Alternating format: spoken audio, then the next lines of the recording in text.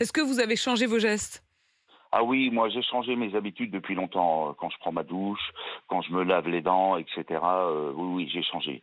Mais plus globalement, il faut arrêter de laver sa voiture tous les dimanches, arrêter les piscines privées, arroser son jardin à outrance, arrêter d'arroser les golfs pour les personnes qui jouent à la baballe, réajuster les arrosages dans les villes pour les espaces verts.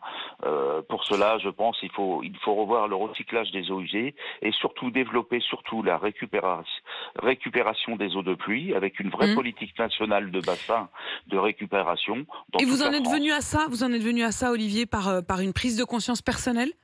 Oui, tout à fait, parce que, à mon avis, l'eau sera le prochain challenge des 20 prochaines années, avec à prévoir des migrations de millions de personnes venant d'Afrique qui sont déjà en très très grande difficulté.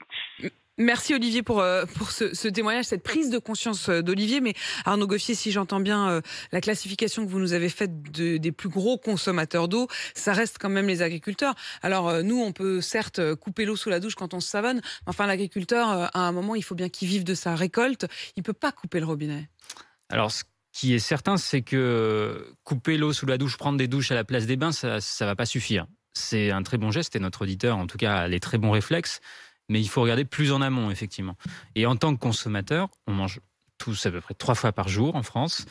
Notre assiette a un impact énorme, puisqu'on parle de l'agriculture, de l'impact de l'agriculture sur la Mais vous en consommation parlez en eau. presque comme si c'était coupable de manger 3 fois par jour. Non, c'est très bien de manger 3 fois par jour et au contraire, et on peut bien manger beaucoup plus. Ce qu'il faut regarder, c'est ce qu'il y a dans notre assiette. Quelle est l'empreinte eau, ce qu'on appelle l'empreinte eau, la consommation en eau des aliments qu'il y a dans notre assiette. Et on sait très bien qu'il y a des aliments qui consomment beaucoup plus d'eau que d'autres. Et lesquels, par On en exemple? revient encore une fois à la viande. Problème sur les gaz à effet de serre, problème sur le changement climatique, problème sur la biodiversité, mais aussi problème sur l'eau. La nourriture des animaux génère énormément de consommation en eau en plus. Donc, manger moins de viande, c'est bon pour la planète, pour le climat, pour la biodiversité, mais aussi pour la lutte contre la sécheresse et l'adaptation au changement climatique. Arnaud